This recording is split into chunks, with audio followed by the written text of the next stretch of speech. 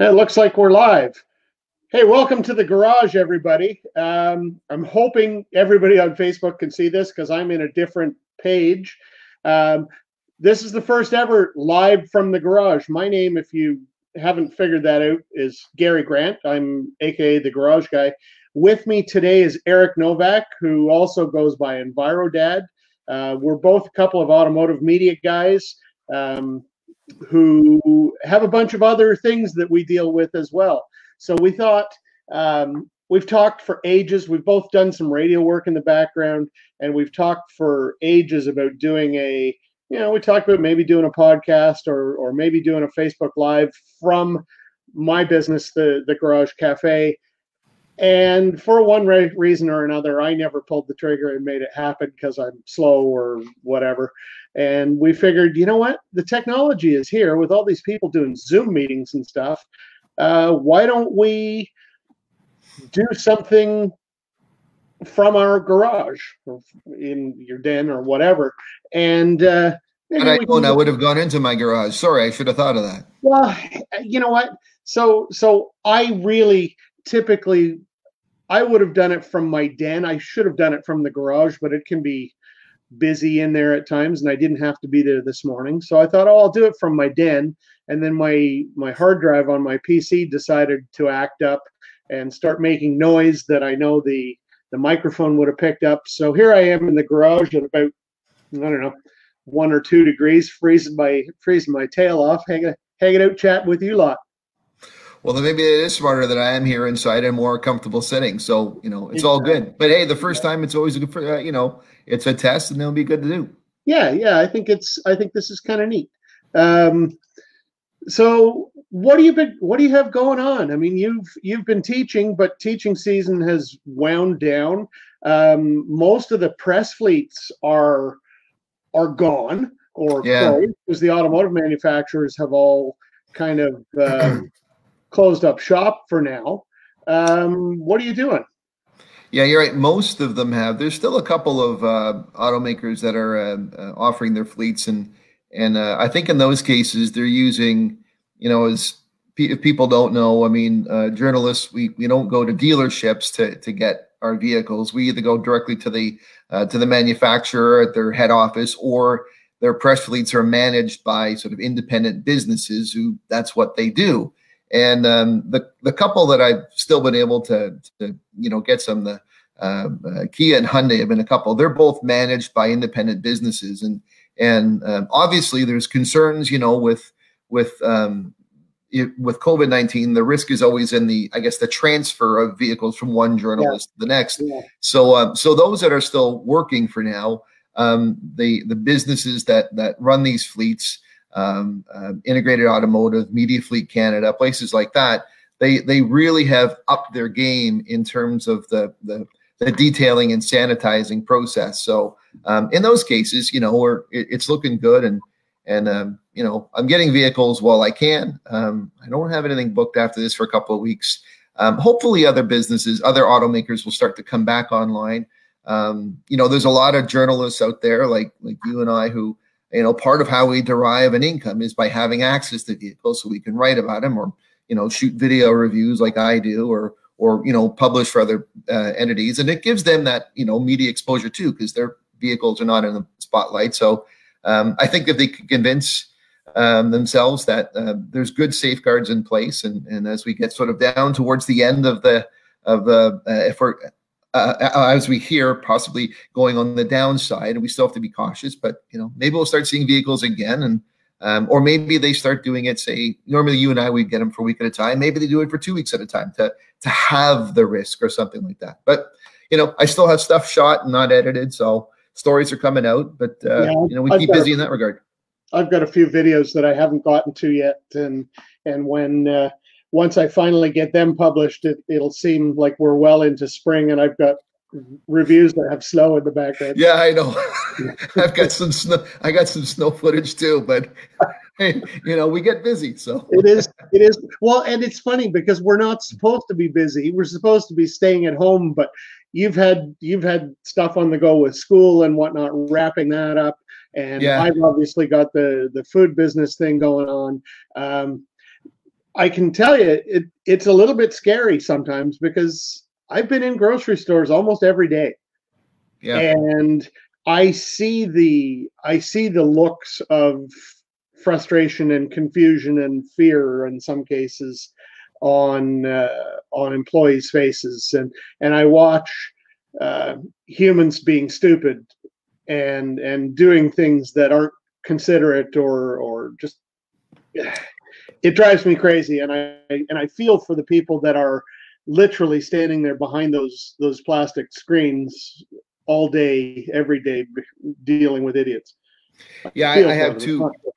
I have two of my sons who actually work at a grocery store, and you know, they've been getting more hours, of course, as school has, you know, been an online thing. So long as they're balancing getting their schoolwork done, they've been putting close to full-time hours in because the demand is high. I mean, that's one area of the economy that certainly is in high demand. That's still grocery stores, and I know, you know, we're concerned obviously that they're doing the right things and they're keeping safe. And I know there's a lot of safeguards in place, but usually at the end of the day, I usually hear stories from them about some people who, I mean, we're all stressed. There's a lot of tension out there, and the longer this goes, the more it starts to rear its ugly head. But I heard the other day this at the store where they work at, they have, you know, they sort of funnel the checkout line, so everyone's in one line and they get directed to a checkout, so it keeps the distancing apart. But this store, they have a separate line for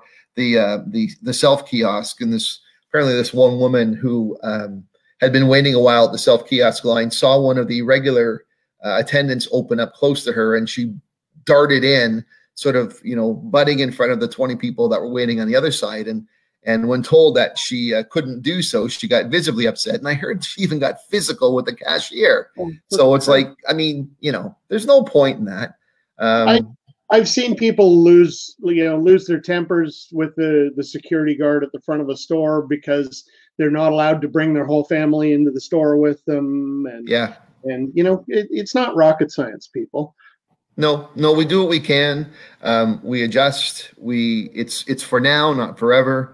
I don't want to get into a whole list of cliches here, but you know, we are in this together, and you know, we're strength in numbers, and if we get through it, we're fine. I mean, you know, you're a journalist, but you've got your cafe going too, right? And that's a food business, and that's where there's struggle as well. And we're trying to figure out ways to help and, you know, keep that going too. And it's really interesting because I'm really paying attention to the food industry. Mm-hmm. And you know, we're seeing some very sensationalized stories about restaurant owners who've gone out of business and people who've lost millions of dollars and this and that and the other. And you know, I think a big part of it comes down to scalability. Mm-hmm. And the ability to be light on your feet and transition quickly. So we've been really fortunate that, I mean, okay, we've just like everybody else that deals with events, whether it's auto racing or car manufacturers doing new vehicle press launches or sporting events or whatever. Anybody that's involved in any kind of events business has lost a metric ton of money. We've been really fortunate that we were able to transition quickly, like within a day, from doing, you know, coffee and sandwiches and whatnot during the day to doing takeout dinners, either for contactless pickup or curbside pickup. Some people want to come inside. We've got lots of space that we can be well away from people and right behind our little cage and whatnot. So we've got some people that want to come inside because people are dying to have conversation. They're dying to have face to face with people. Yeah, true. We've got other people that want curbside, and we're doing that too. But we're also doing a lot of you know, deliveries, and we've done a lot of stuff with the seniors community across Durham region, and it's been pretty cool. we've been really fortunate with the way business has reacted, but a big part of that, of what's allowed some of us smaller owner-operated food businesses are groups like the one that that you've just set up. I'm going to segue to that, but first, I don't know if you can see this on your side of the thing, the portal here, but our good buddy Phil Bigioni, a lot of you folks that might be listening there, I think that, there's 14 of you. We've got 14 viewers. Know that, hi guys. Phil's looking forward to his chicken parm today. A lot of you may know Phil as Security Phil at Canadian Tire Motorsport Parks, or Motorsport Park. Here I am doing it. There's too many silly stories floating around about CTMP. CTMP. So anyway, everybody wave at Phil. He's looking forward to his chicken parm this afternoon. So tell me about this group that you've put together. Well, so you know, things always come, as you say, unexpectedly. You were able to pivot right away, and the whole idea of what we have created came from. I'm not someone who, when it comes to ordering food, have I in the past ever really subscribed or used the delivery app services, you know, the Uber Eats and the Skip the Dishes. It's never been something. I've always gone to pick up or we dine in. But as this whole situation started, you know, I had my kids over for dinner and I decided, let's just try it one time. And I ordered from I think it was from Harvey's actually. And when I went online, I noticed that prices are more expensive, and it's, you know, I wound up to begin with probably spending about $20 more when you had in tip and fees and everything, even though there was supposedly free delivery, than I would had I gone there. So that was one thing. And then I find out beyond that these services are charging a commission, of course, and it's not a small one. It's like 25%. I mean, in normal business times, what we see is, I mean, in normal business times, look, if you're a business, if you're a restaurant, you want to expand your reach and audience, and there's a service that does it for you, and, you know, there's a fee for that. And if it's a price that works, great. You know, it's part of times. But now in this COVID-19 situation, I began to think that, you know, you need every dollar you can. Restaurants, local ones especially, are struggling. Their dining rooms are closed. And I was doing some reading, and I saw that, I know in the States anyway, that some of the restaurant associations had asked these delivery services to reduce their commission in this particular time of crisis, just to help the struggling businesses, and they refused. So I just thought, you know, this doesn't seem the best way to support businesses who are struggling. And I just began to think, you know, maybe there's a way we could share information about what local restaurants, are still open and offering a pickup service where you can take out, or do they have their own drivers, so they're just paying the drivers for their effort and not taking a commission off the service. And there's another group, a Facebook group that I belong to that's in that sort of South Ajax area. A friend of mine, Nicole Bofaro, started it up, and it's like 13,000 members. And wow. I put up this question: hey, does anybody know what restaurants are offering, you know, pickup? And, you know, suggestions came in on this thread. And someone, and I can't remember who it was, said, maybe you should start a group to get this going. And all right, you know, digital work is what I do. And so I thought it's an easy thing. So I tried it. Within the first day, we had 100 people, and then more people. And then I started off just as like Ajax and Pickering. And then someone said, well, can you add Whitby? And I said, okay. And believe it or not, my main concern was the amount of characters you could use for the title. I was thinking, how do I get all these words in? And I tried to figure out Whitby, and I figured it out. So I said, now we're Whitby.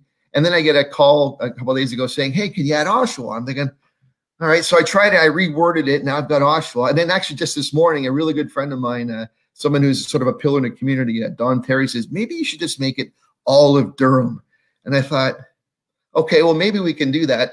The problem so far, and again, we've been at this, not even 2 weeks, and we're at 1,300 members. And I'm encouraging restaurants like yourself, and there's a whole host of them, to post, to be a part of this, to use like a free portal to post their specials, to post what they're offering, for members to share where they've been and stuff, and just to build that community spirit. Because if we can get people to to go directly, then whatever money you're spending at that restaurant is being kept entirely. And so long as we're keeping safeguards with social distancing and contactless payments like tap or whatever, we're obviously keeping mindful of the risk. But it's grown, and so it's continuing to escalate and to become more popular. I've now got to figure out how to create sort of master lists to so we're not, if we've got 3,000-4,000 people over time trying to scroll through a menu or a feed. We'll work on it, but it's been great, and I know people have been discovering you and other places, and it's been fun so far. Yeah, I agree, and it's been great for us, and I think part of the key for us, and this comes down to Chandel Convoy. I'm going to see if I can do this. Look, yeah, see. Oh, there you go. Yeah, look at that. Isn't that cool? This is all Durham. That's huge. Well, it's funny because we're doing deliveries all the way out as far as Newcastle on an almost daily basis, and from Whitby. And while that would often you would have thought, okay, that's just, it's not a big, it doesn't make any sense. You've got to go a half hour away. Well, you know what? Now with absolutely no traffic, it's not it's really not a half hour. It's 15 minutes there, each way. And in most cases, the longer drives tend to be seniors, or they're people that are self-quarantined or are quarantined. We've had a few of those as well. And they can't get out and they want something different. And so we're doing something like that. Well, just to that point, the other side of it is we're not paying someone to do the driving. We're doing the driving ourselves. So, we, as long as everybody understands the fact that, okay, you know what, we've got to get everything that's being picked up out of the way, and then we'll go and do the deliveries and get on the schedule as best we can, then it works. It works for everybody. And I think most people have been cognizant of that, and they just appreciate that you're making the effort. So, I teach my students at the college. I teach my kids. It's something I fundamentally believe in, that the word crisis, a synonym for crisis is opportunity. And, what I hope we're all discovering is, in this time of crisis, there are opportunities that exist. We just have to notice them, and we have to act on them. And I think when we operate as normal, one of the things about Durham region, I'm not born and raised here. I moved to Durham in 2000, so I've been 20 years. But like many people, I'm born in Toronto, and sometimes because our jobs are often in the city, it's sometimes said that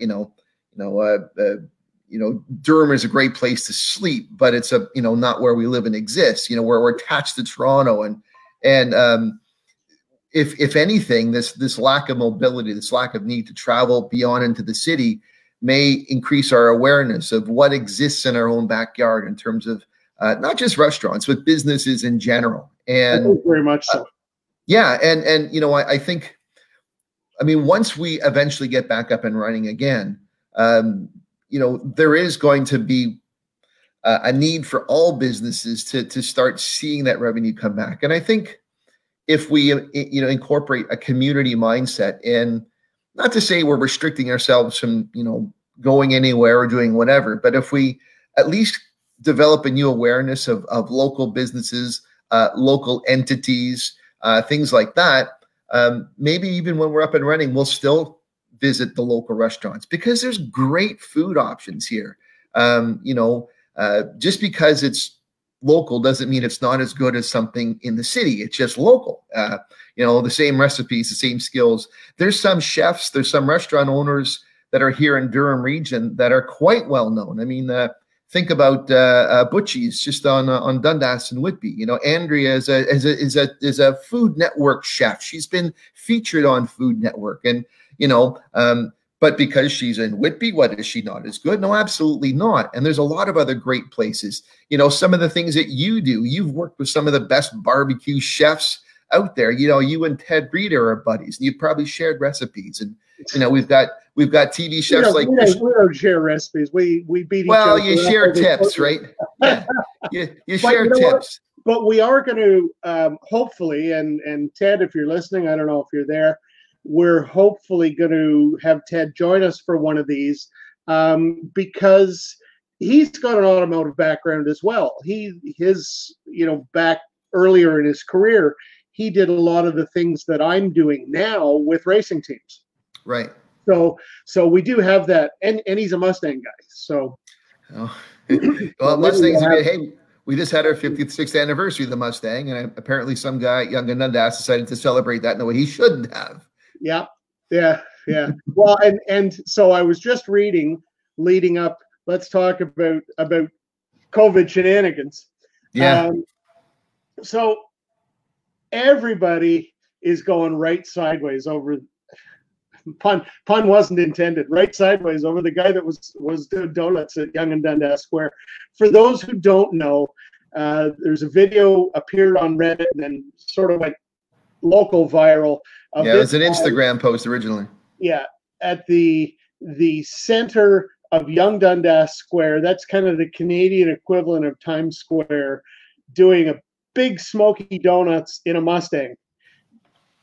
And all right, sorry, you're a dumbass, but it's irresponsible, it's terrible. But I'm going to say that any real car guy who didn't immediately think, ooh, cool, is lying to themselves. The difference is, if one of us crusty old guys did it, we would have gone down, done one donut, and gone. This guy brought an army of people who shut down traffic, shot video, and he did like 5. And if you saw the video, there was a police cruiser not too far away, so it all ended when the cruiser said, "Okay, you're done." So yeah, and I mean, there's cameras everywhere down there. They know who you are. They don't even have, they chased him for a little bit, and he did. One of the charges that was placed against him, I gather, was something trying to evade a peace officer or something, which is a criminal charge. So this 21-year-old is going to jail. Yeah. But they didn't even have to chase him because they had his license plate from all the cameras. Yeah. Right. So, he was arrested. I mean, it's young testosterone. It's I'm not sure if he was in a GT or whatever it was. I mean, you can still do burnouts on the 2.7, but it's whatever it was, it's testosterone. It's a power car. It's late night at an open intersection that normally is crowded 20 times than what it was at the moment. I get the temptation, but at the same time, like, really, dude, you just it's not. You're not. All it took was one, he could lose his grip on the wheel for a second, and all those guys who are trying to get in close to get a camera angle, it just takes one little slip, and next thing you know, someone's hit, and that's it. It's done. So. And Mr. 21-year-old doesn't likely have the car control skills that he thinks he has. No, he hasn't, say, done a Ron Fellows tutorial or something like that at the track, learning how to do this stuff. So on the other side of the world, there was a guy in Germany on the Autobahn, wasn't breaking any rules. Nope. In a LaFerrari. Yep. 370 kilometers per hour. Is that the guy that blew out his tire? No. That was here in Ontario. That was somewhere. That was or Belleville. Yeah. Guy in a Hellcat. Yeah. Oh, that's right. But no, and he was doing like 270. This was 370. That's 231 miles per hour. Yep. Absolutely insane. I mean, wow. Well, it is what it is, right? And we were about taking risks when we're walking 3 feet apart instead of 6, and these guys are, you know. Yeah, exactly. Well, you know, we talk about there's been a big discussion within the motorcycle community, even especially including many of our colleagues who do the automotive side of things too, where, you know, people saying you shouldn't be riding because it's, you know, the likelihood most motorcycle crashes happen in the spring. You're rusty. There's stuff on the road. So, you know, if you crash, you're putting yourself and the first responders at risk. It's selfish and irresponsible to be riding a motorcycle. Well, I have an interesting, and I'm kind of on the fence about that personally, but I live in Whitby, just north of Whitby Harbor. And directly south of us is where there's 2 guys from the Oshawa Airport who fly aerobatics. Right. And this one dude, I think in the last week, has been out 5 or 6 times. Okay, I haven't heard him lately, but yeah, I know about it. Yeah. And so I can hear him from my house, and as a gearhead, you know, I really love, you know, hearing him at full throttle as he climbs into something and cutting the throttle back and then blipping the throttle again as he's tumbling and doing his stuff. That's really, really cool. But dude, you want to talk about being selfish. Like, now if you gonna guess that the average person that flies an aerobatic plane has a good chunk of disposable income, which means they're likely a little bit more advanced in life, aka old. And what if you have a mechanical failure or you have a medical incident and you put it in? Now you're putting all of those first responders out on the lake to go look for your capsule, so to speak. And yeah, that's a little bit selfish too. So that's you're afraid that's sort of now in this COVID-19 time as opposed to any time? Is that what you mean? Well, I think more so now. Yeah. In normal times, yeah. I mean, it's. I think they should be allowed to do it. I think it's cool. I mean, aerobatics is an art form, and people maybe. I mean, I don't know who these guys are, and I've where I used to live. I was by the, you know, I'm still by the lake now, but I'm a little bit further away from Oshawa. But where I was, I could hear it all the time. I didn't see them, but I know they're off by the lake, and I don't know if this guy does this at shows or anything like that. So, I mean, if that's part of his practicing, you know. Yeah, I don't know. I understand there's 2 of them. There's one in a low wing European plane of some sort, and there's another guy with an older Pitt special biplane. Right. Kind of neat stuff. But yeah, I suppose. I mean, the hobbyist. I mean, Roy Halladay, as we saw, you know, we saw the report on Roy Halladay. He was doing his low flying, and that was, you know, that he was too close to that, and you know, that was, I guess he was sort of on. There was some amphetamines in his blood too. So if you're trying to do low flying, I guess there's a thrill, just like in a performance car. If you're pushing the limits, if you're doing aerobatics at 10 feet above the water, that might be an adrenaline rush. But again, it's about making sure you're in control and doing it safely. Yeah. So I don't know. Again, it's the new normal. What's the new normal? Who knows? Let's talk a little bit about the green cars. You and I spar about green cars every now and then, and seems like Volkswagen is about to be the first one to go back into production, and with one of their upcoming electric cars. Yeah, well, speaking of, you know, new normal, again, this is, if we want to use this time to sort of step back and, you know, if as a society in general, we're sort of noticing some of the things that we found we always thought we needed, really, then it's taken away from us, aspects of life. I mean, you know, all of us being at home has certainly done wonders for, you know, for the atmosphere and for air conditions and for, you know, for water. There's been benefits. So, you know, if we take this time to look back and reflect, you know, maybe going forward, we do start thinking about more sustainable or better ways. I mean, automobiles, obviously, it's something I cover. And yeah, like, you know, the old ideas in the past of why, say, electrification is not good, the old misconceptions about range anxiety and lack of options, that's all changing. You know, the electric vehicles that I've driven in the last year or so, you know, especially as we get into this type of year where the weather is ideal. I mean, I was pushing 500 kilometers in range without really trying. And so, you know, the old ideas of, well, I'm going to get stuck on a road somewhere just don't exist anymore.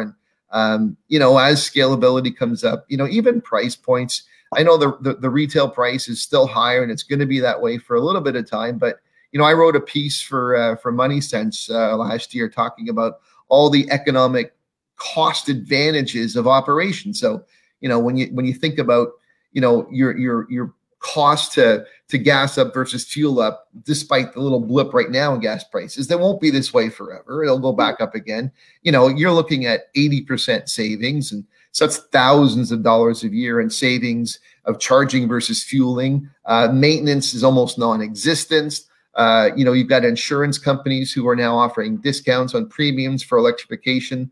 You know, whatever you may be paying in higher monthly costs, you can probably come close to darn right saving another basically everyday costs. So, you know what? They're fun to drive. You've driven some. You've discovered how fun they are. You know, I enjoyed the previous generation Bolt. I don't remember what the milestone was. Is 500 or 400K, something like that everybody aspired to, and I actually hit it. Yeah. I remember you hit something. That's right. Yeah. So that was kind of neat. I enjoyed that. I didn't enjoy the fact that, you know, the charging time, but as we've talked about, that will improve. But even that, I mean, again, that's just as you know, a lot of what I do is about getting us to rethink. You know, I've got. Yeah. I won't go too far into talking about some of them, but I've got some projects in development where we're really hammering on the idea of rethinking things, and even something like that. I mean, if you own a vehicle like an electric vehicle, if you get into the habit of when you go home at the end of the day, you plug it in and you got a charger at home. I mean, and I go, there's still some infrastructure issues, condos and city dwelling, and that's all being worked on. But for those who have the means, you buy a charger, you're plugging it at night, you're going to be full every morning anyway. So, you know, how often are you going to need to, I'm halfway through my day, I've got to charge. You know, if you're going on a long road trip and you can get 400 or 500 kilometers on a charge, well, by the time you've gone that distance, you're probably 3-4 hours in. You probably need to stop for a pee, or you got to go for lunch anyway. So you strategically make your stopping points where you can get up to, you know, 80% back to full in half an hour, 40 minutes. By the time you're done your lunch, you're on your way again. I mean, it's just the way we think now. If we try to fit the way we normally think today into a different system, well, of course you're going to make, well, it doesn't make sense. But we've got to basically sit back, reassess, rethink. And the reality is pretty much everything we like to do today, we can still do going forward, but in a more sustainable and prosperous way. So it's interesting that we've gone this way, and I get kind of a natural segue, which I like. The motorsports community, like every other sports community, has kind of shut down, except where the other sports communities, WWE aside, have shut down. Motorsports community has transitioned to iRacing. Yes. And are you talking about the press release today from Ford? Oh, I didn't see that one yet. They just I just got it in my feed. Let me pull it up here. I'm just looking outside. Ford Performance introduces an all-electric Mustang Cobra Jet 1400, Ford's first factory fully electric dragster prototype. Cool. Yeah, so just scanning through, so it looks like it's going to have basically the equivalent of 1,400 horsepower, 1,100 foot-pounds of torque. You know, so we're looking at a quarter mile. What did I see it here? Quarter mile and like almost nothing. What is it? Like it's again. So I mean, this is all electric too. Yeah. So no, what I'm talking about is they're racing sims. Oh yes, yeah. And IndyCar's doing it, NASCAR's doing it. I think F1's doing it. Everybody's doing it, and they're broadcasting it on TV. Yeah. People are watching this now. You know me. I'm passionate about motorsports, and I'm passionate about the people in motorsports and history and the whole thing. But driving a sim is close, but it's not the same as driving a race car. And watching a race is not the same. Now, I say that I haven't watched one. I won't watch one. I don't need to watch people play video games. So back in our comments here, and they're actually having conversations about comments, but Phil has asked, can you plug a car in anywhere? Does it have to be a special hookup? I'll let you go with that because we've got a couple of other people also talking about it, but I'll let you. Well, so the answer to that is yes. For example, when I take an electric car home for a week, I don't have a 240 charger in the garage where I'm at. So yeah, I just plug it into the wall. But like with everything, you know, it's going to take longer. So, I mean, if you're going to own an electric vehicle, you are not going to rely upon your own home outlet. You would install a 240 charger. And you know, for most electric vehicles, you put a 240 in the garage.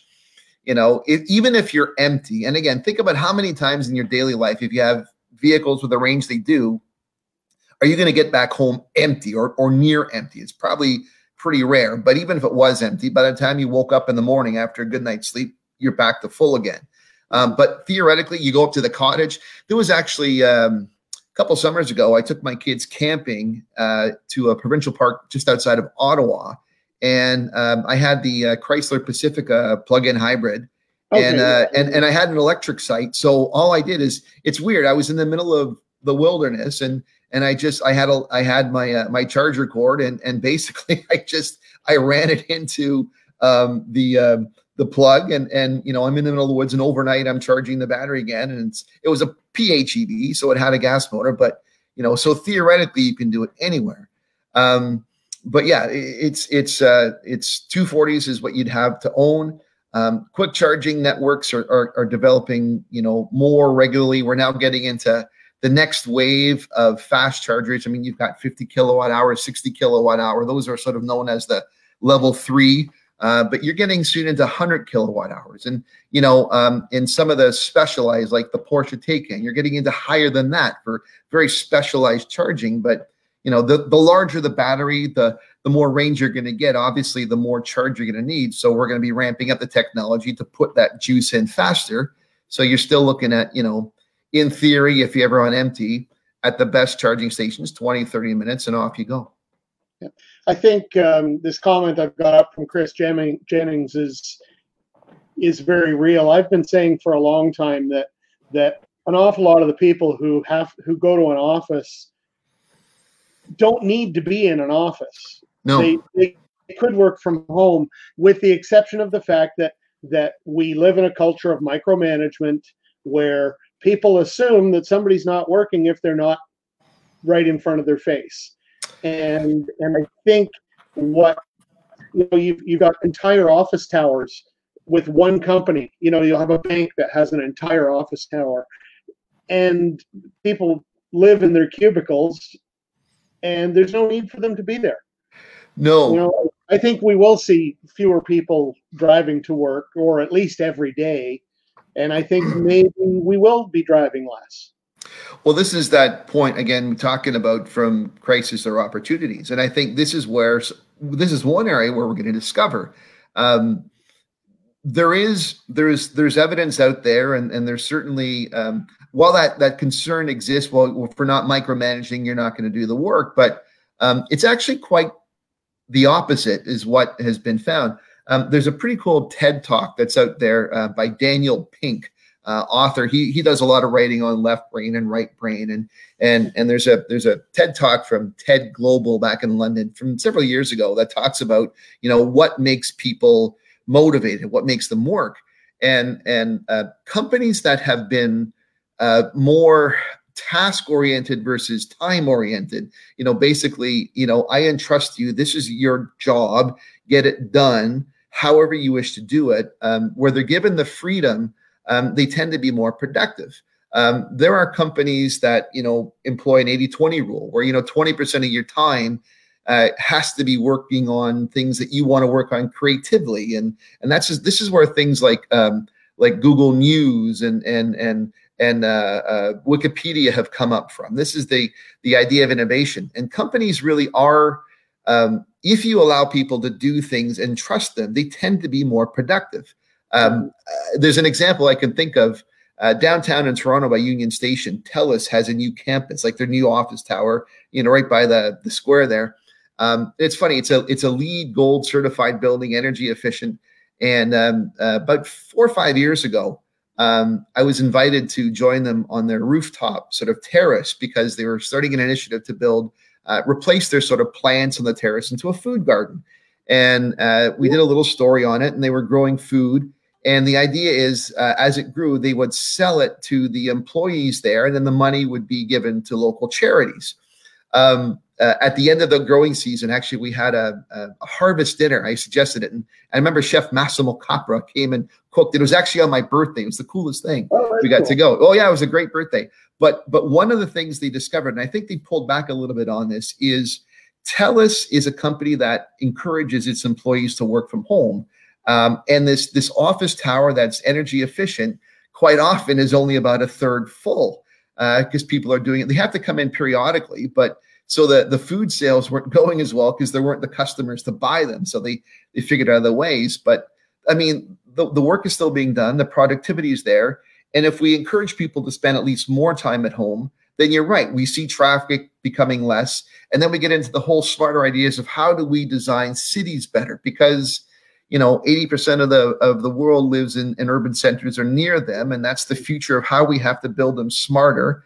And sure, we've got new innovations going forward, but how can we take the existing infrastructure and make that work better? And part of it is using technology to let us just work from home. We talk about the autonomous vehicle and the fact that it will rely on infrastructure, until, despite what those who don't necessarily know what they're talking about will tell you, autonomous vehicles aren't coming anytime soon. And even though we have the technology to make them happen, there's an awful lot of hurdles. And one of those being, I was at a thing at Ford in Dearborn a couple of years ago. They were talking about the connected city. Mm-hmm. And even there at Ford, they basically said, we won't have Paul. Yeah, St. Jacobs would be good.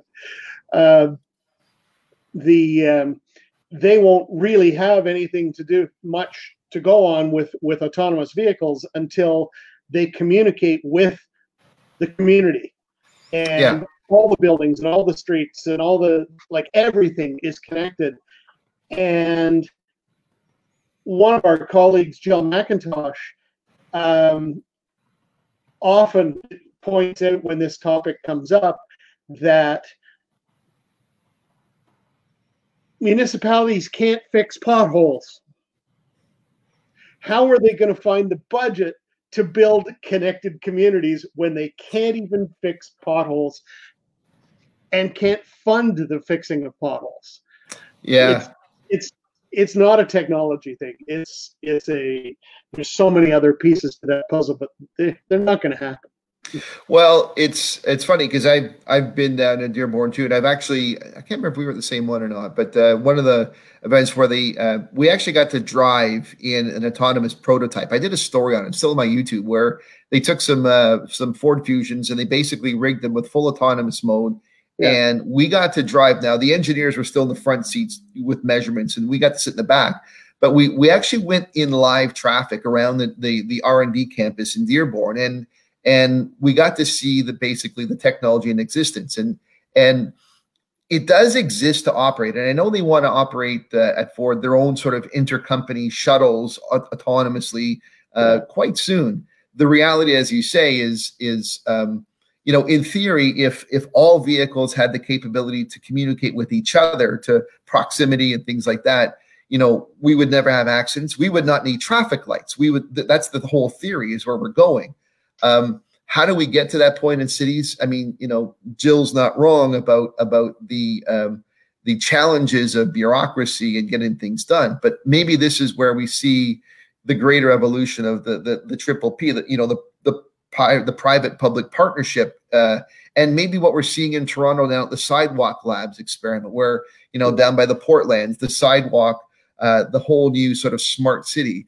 This could be sort of perhaps where we're going, where, you know, there are vested interests in technology companies to create this, and so long as privacy concerns and safeguards are met, you know, maybe it's that combination where the government says, okay, here's the framework that will allow now companies, you go build it, and together we make something happen. Yeah. And I like Chris's comment here that Toronto's biggest issue has always been infrastructure. I don't know if building a causeway out into the lake is the best thing. I mean, Toronto, we've just gotten rid of that big land-based causeway that they had forever, or not. They haven't gotten rid of all of it. They've gotten rid of bits and pieces of the Gardner. I don't know if that's what we need, and I think that might be setting ourselves up with the freeze-thaw aspect. We might be setting ourselves up for crumbling infrastructure. But definitely, I think the biggest part of Toronto's failings could have been dealt with in the 50s when they were planning out our transit. You know, other cities around the world got it.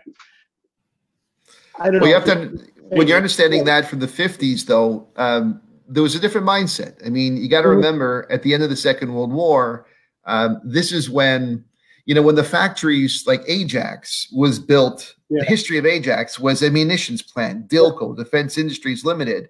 You know, we built bombs here for the war effort. Well, when everyone came home, you know, when the ladies returned home, the men went into the factories. They had to do something to keep the economy going. The war was great for the economy. So the whole idea of the second half of the 20th century was, what do we keep factories humming with?